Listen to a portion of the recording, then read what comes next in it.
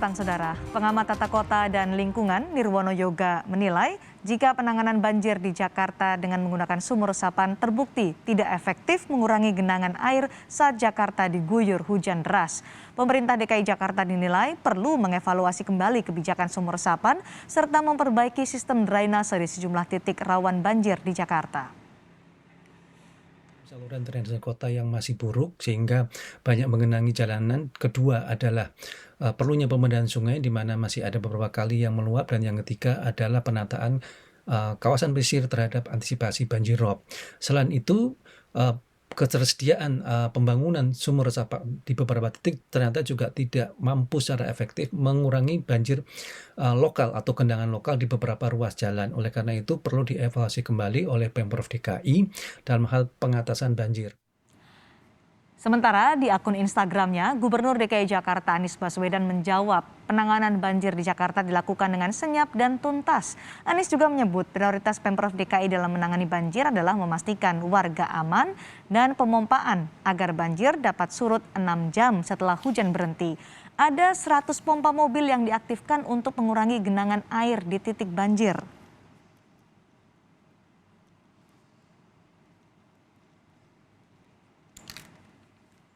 Terkait dengan penanganan banjir di Jakarta, kami akan membahasnya dengan anggota DPRD DKI Jakarta fraksi PSI William Aditya Sarana dan Koordinator Relawan Anies Laude Bashir. Selamat sore Mas William, Mas Laude. Terima kasih sudah bergabung. Selamat sore. Assalamualaikum warahmatullahi wabarakatuh. Waalaikumsalam warahmatullahi wabarakatuh. Mas William, Anies Baswedan menyatakan penanganan banjir di Jakarta dilakukan dengan senyap dan tuntas. Bagaimana Anda melihatnya? Sebenarnya yang terjadi adalah senyap dan tidak tuntas, gitu ya. Karena kalau kita lihat banjir ini sering terjadi dan sebenarnya kami tidak terkejut karena banjir ini terjadi setiap tahun, dan ini terjadi karena memang Pak Gubernur Anies Baswedan tidak mengerjakan pekerjaan rumahnya untuk menuntaskan banjir. Misalnya yang paling signifikan adalah normalisasi. Kita lihat bahwa di zamannya Pak Anies ini normalisasi tidak dilakukan secara signifikan karena memang terkendala di pembebasan lahan. Justru Pak Anies fokus kepada penyelesaian banjir yang tidak fundamental, yaitu membangun sumur resapan yang terbukti pada hari ini tidak efektif menyelesaikan masalah banjir. Jadi Anda mengartikan senyap dan tuntas itu senyap tidak ada upaya-upaya yang dilakukan oleh Pemprov DKI Jakarta untuk menangani banjir ya? Jadi saya lihat senyap yang tidak tuntas.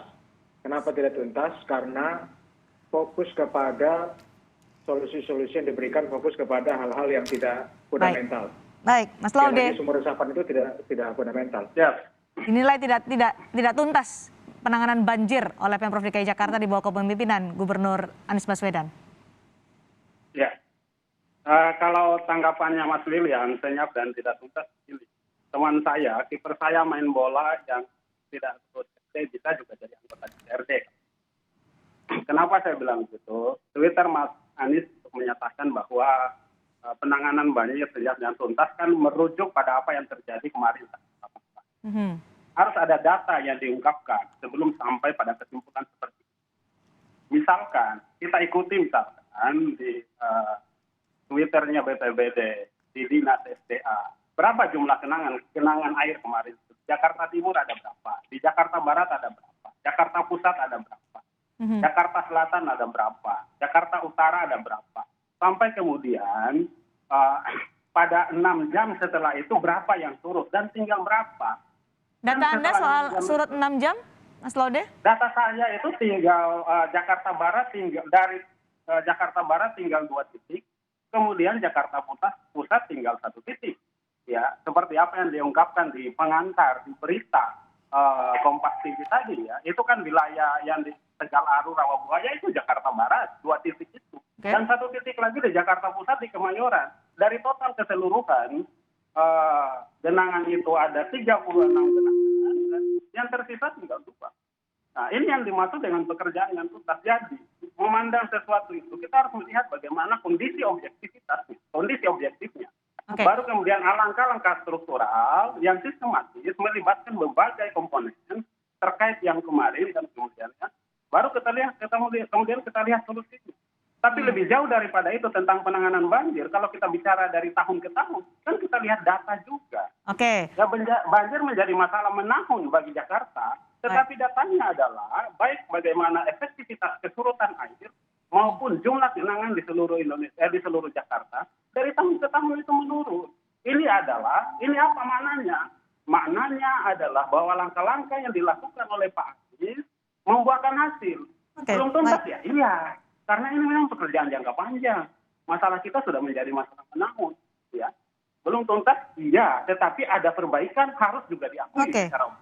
Anda menggarisbawahi 36 genangan, kali ini tinggal ada 2 titik di Jakarta Barat, kemudian ada beberapa titik juga di Jakarta Pusat. Ada 1 titik di Jakarta Pusat, di 1 Kemayoran. titik Jakarta Pusat. Nah, Mas William, ada bantahan dari relawan Anies soal Ya. penuntasan banjir. Ya, kalau kita lihat datanya yang saya dapat per hari ini itu ada sekitar 64 RT. Dan kita lihat bahwa musim hujan ini belum selesai. Ya, kita lihat Bos, begini bos, saya bicara titik. 1 titik itu bisa 2 atau 3 RT. Jangan bicara RT. Bicara titik genangannya. Ya, kita lihat, ya Bapak Laude boleh pakai data titik, saya pakai data RT pun sama saja. Karena kita lihat yang terdampak adalah masyarakat secara langsung. Jadi kalau data yang saya dapat itu ada sekitar 64 RT. Dan kalau kita lihat, ini titiknya sama-sama terus dari tahun-tahun sebelumnya. Di sekitar situ saja. Dan kalau kita lihat, minggu ini itu masih musim hujan dengan curah hujan yang masih sangat tinggi. Nah ini jangan senang dulu makanya. Oleh karena itu harus ada upaya yang sangat-sangat fundamental bagi Pemprov DKI Jakarta untuk menuntaskan masalah banjir ini. Mengapa? Karena kalau kita lihat sekarang, seperti yang saya katakan tadi, hal-hal yang fundamental itu tidak dikerjakan. Misalnya soal normalisasi. Ataupun misalnya soal naturalisasi yang merupakan konsep dari Pak Anies. Kalau kita lihat mana sungai di Jakarta yang sudah dilakukan naturalisasi. Oke. Yang sekarang terjadi adalah sumur-sumur resapan. Yang sekarang kita lihat tidak efektif bisa menyelesaikan masalah banjir. Oleh karena itu normalisasi ini harus dilanjutkan dengan membebaskan tanah sehingga Kementerian PUPR bisa melakukan normalisasi. Inilah pekerjaan rumah dari Pemprov DKI Jakarta yang harus segera dilaksanakan.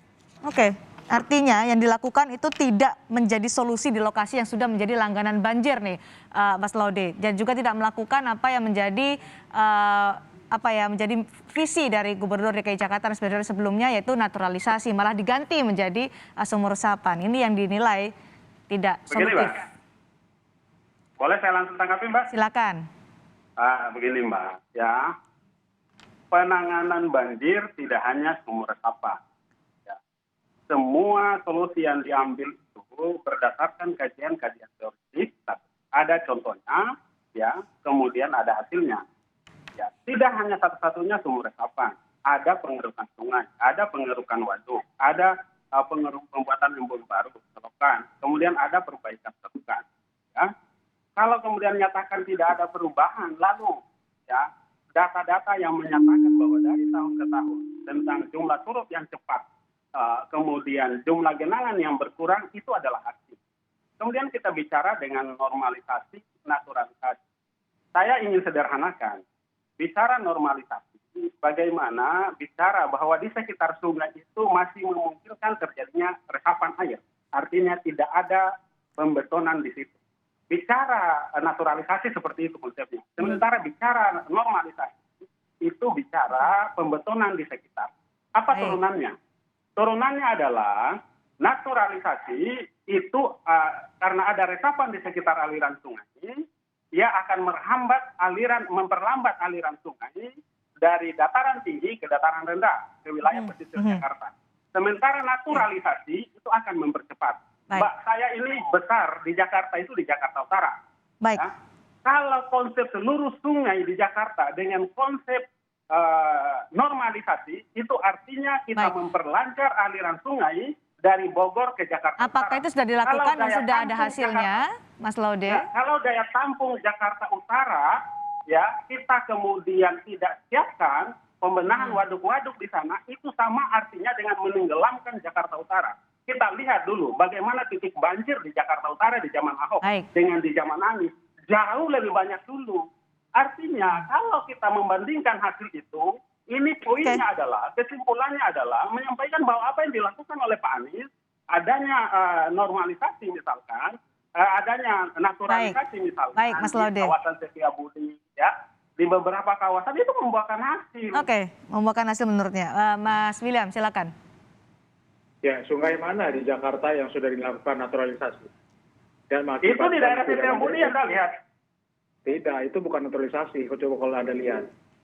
Jadi Itu sebenarnya naturalisasi, itu konsep-konsep penanaman, yang kemudian rumput-rumput, taman-taman di sekitarnya itu memungkinkan adanya resapan. Kemudian juga di Jadi daerah apa yang Pasar Baru. disampaikan oleh Pak Laude ini bukan naturalisasi, jadi tidak signifikan. Jadi penanam seperti itu tuh bukan naturalisasi. Ya. Apa Jadi, parameternya seperti yang dikatakan, Bang William menyatakan? Apa alat ukurnya Bang William menyatakan bahwa itu tidak signifikan? Ya, tidak signifikan karena kita Apa lihat parameternya? sampai hari ini bahwa banjir masih terjadi dan normalisasi kita lihat belum secara signifikan bisa dilakukan. Nah, Ya, di kita daerah semua harus melihat yang bahwa kemudian ada normalisasi semua yang masih banjir terjadi nggak? di Jakarta ini diatur oleh KMUPR. PUPR sudah punya konsep untuk melakukan normalisasi. Oleh karena itu Pemprov DKI Jakarta sebagai pemerintah daerah harus mengikuti konsep dari pemerintah pusat, yaitu dengan melakukan normalisasi. Oleh karena itu normalisasi harus dilakukan dengan melakukan pembebasan lahan. Nah, ini di zamannya Pak Anies tidak secara signifikan, sehingga normalisasi di zamannya Pak Anies bisa dibilang mandek lah. Jadi banjir ini tidak diselesaikan secara fundamental. Tadi yang disampaikan oleh Pak Laude bahwa pengerukan dan lain sebagainya itu hal-hal yang sifat rutin yang terus-menerus dilakukan. Tapi kalau hal-hal yang fundamental tidak dikerjakan, banjir akan terus terjadi di Jakarta. Dan ini tidak Oke, logikanya saya balik, Mas William. Logikanya saya balik. Sebutkan kepada saya contoh yang dilakukan oleh zaman gubernur sebelum Pak Anies ada normalisasi di mana? Ya, kita lihat bahwa sungai-sungai, misalnya di sungai-sungai yang ada di Jakarta itu sudah dilakukan. Contohnya di daerah mana? Contohnya langsung. Saya ingin bertanya konkret. Daerah mana? Sekarang begini, kalau kita lihat bahwa daerah mana contohnya, kemudian apakah di daerah itu terjadi banjir atau tidak? Baik, ditahan. Silakan, Logika Mas William. berpikirnya seperti itu, Pak Dewan yang terhormat. Tidak. Jadi di zaman Logika berpikirnya harus ada dasar secara signifikan, oke? Ya. Oke, Mas Laude tahan dulu. Logikanya saya balik, ya. Saya balik. Coba jawab saya secara jelas, di daerah mana ya normalisasi yang dilakukan oleh gubernur sebelum Pak Anies. Baik, silakan Mas William. Iya, kita lihat di sungai-sungai. Daerah mana? Sebutkan. Normalisasi, gitu loh. Sebutkan di daerah mana? Saluran sungai-sungai utama. Sungai-sungai utama. Ya, sungai yang dinormalisasi di daerah mana? Normalisasi di zamannya Pak Ahok dan Pak Jokowi gitu. Ya, sungai di daerah mana? Dilakukan. Kalau di zamannya Pak Titiknya daerah mana? segera dilakukan karena di Kementerian PUPR ini sudah punya konsep untuk melakukan normalisasi sungai. Dan ini harus diikuti oleh pemerintah daerah karena pemerintah daerah adalah bagian besar dari negara kesatuan Republik Indonesia itu untuk mengikuti konsep dari pemerintah pusat. Oleh karena itu normalisasi sungai ini harus dilanjutkan. Begitu. Begini, Bos, ya, Bapak itu seorang dewan, kan gitu ya. Kemudian apa yang dilakukan oleh Pak Anies juga diputuskan di dewan. Ada dasar-dasar argumentasi yang kuat ketika melakukan suatu kebijakan itu. Kalau kemudian yang hari ini berlanjut, ya, adalah memadukan di daerah tertentu ada yang normalisasi, dan di daerah tertentu, kawasan sungai tertentu ada naturalisasi, dan itu diterima, disahkan anggarannya oleh Dewan, artinya konsep yang disampaikan oleh Pak Anies secara mayoritas di Dewan diterima. Kenapa diterima secara mayoritas? Karena ada dasar teori yang kuat, anggarannya kemudian rasional, kan seperti itu. Tadi ketika saya tanya titiknya di mana saja, saya mau kejar logika Anda dengan pertanyaan terbalik, Anda juga nggak bisa menentukan. Oke, saya beri kesempatan untuk Mas William, silakan. Jakarta misalnya Sungai Ciliwung, gitu ya. Sungai Ciliwung itu sudah dilakukan normalisasi secara signifikan di zamannya Pak Ahok dan Pak Jokowi. Oke, pertanyaannya, daerah yang dinormalisasi itu banjir atau enggak? Sekarang begini ya, normalisasi itu banjir juga. Janganlah berbelit-belit. Tahan dulu, Mas Laude. Kayak aliran sungai. Mas Laude, tahan dulu, silakan. Mas William untuk ditanggapi. Jadi normalisasi ini harus terus dilakukan. Ya, karena normalisasi ini tidak bisa berhenti di masa kepemimpinan seseorang. Jadi di zaman Pak Jokowi dan Pak Ahok itu, normalisasi itu sudah dilakukan. Karena memang konsep dari pemerintah pusat itu menuntaskan banjir dengan cara normalisasi. Oleh karena itu, tidak melihat siapa pemimpinnya, normalisasi ini harus segera dilanjutkan. Nah, di zaman Pak Anies ini tidak secara signifikan bisa dilanjutkan karena terkendala di pembebasan lahan. Pemprov DKI Jakarta itu tugasnya di pembebasan lahan, sedangkan Kementerian PUPR itu untuk melakukan normalisasi. Oke. Nah, kalau lahannya tidak dibebaskan, maka Kementerian PUPR itu tidak bisa melakukan normalisasi. Jadi apa yang harus Jadi ini dievaluasi, dilanjutkan. Mas William, dan menjadi perhatian Pemprov DKI Jakarta untuk mengatasi banjir? Karena saat ini kita juga masih masuk musim hujan, ada peringatan juga dari BMKG untuk mewaspadai curah hujan ekstrim di Jakarta. Ya, tugasnya adalah untuk menyelesaikan masalah banjir ini dengan tindakan yang fundamental tadi. Jangan yang sifatnya tidak hanya berdasarkan fenomena saja. Kalau kita lihat sumur resapan itu tidak menyelesaikan masalah sekali lagi. Karena sekali lagi kita harus melakukan yang fundamental. Yang fundamental itu adalah normalisasi. Meskipun Normalisasinya membutuhkan segera waktu dilakukan. yang panjang ya untuk normalisasi ya. Tadi ada juga menjelaskan ada kendala soal pembebasan lahan. Ya, tentunya ini harus dilanjutkan di setiap pemerintahan. Ini jalan panjang lah, tidak bisa diselesaikan oleh satu masa jabatan saja. Oleh karena itu, oleh Pak Ahok, Pak Anies, ini harus segera dilanjutkan programnya. Jangan sampai putus setengah jalan seperti ini. Baik, Mas Laude, terakhir untuk Anda. Oke, begini ya. Apa yang disampaikan oleh Mas William harus fundamental. Itu kita setuju, kita sepakati. Pernyataan fundamental itu tidak melulu jika dan hanya jika melakukan normalisasi. Oke. Ya, Pak Anies menyatakan bahwa normalisasi pada titik-titik tertentu kita lakukan, ya. Oke. Walaupun dengan tantangan tadi disampaikan bahwa Ya. pembebasan lahan masih susah, kemudian anggaran kita akibat COVID Baik. juga mengalami kekurangan, ada refocusing dan lain sebagainya. Tetapi naturalisasi juga dilakukan. Ya, kemudian ada juga pengerukan sungai. Kemudian ada juga Oke. pembuatan embun baru. Baik. Ya. Kemudian juga ada pengerukan selokan. Semuanya dilakukan. Tentang Baik. sumur resapan juga harus dilakukan. Itu semua adalah langkah-langkah yang fundamental. Ada Oke. daya dukung teoritisnya. Ada contohnya di negara-negara maju yang mampu menangani banjirnya secara baik. Baik, Lalu Mas kemudian Laude. kita lakukan. Bahwa hasilnya belum Ya. maksimal, ya memang karena titik start kita. Oke, Mas Laude dan juga Mas William. Negara kita. Terima kasih sudah berbagi pandangan. Ini kita menghadapi sudah ada peringatan diri dari BMKG terkait dengan curah hujan ekstrim di Jakarta. Ini harus menjadi perhatian penting dari Pemprov DKI Jakarta dan juga warga DKI Jakarta untuk mewaspadai potensi itu. Terima kasih Mas Laude, terima kasih juga Terima kasih. Mas William telah bergabung bersama kami di Kompas Petang.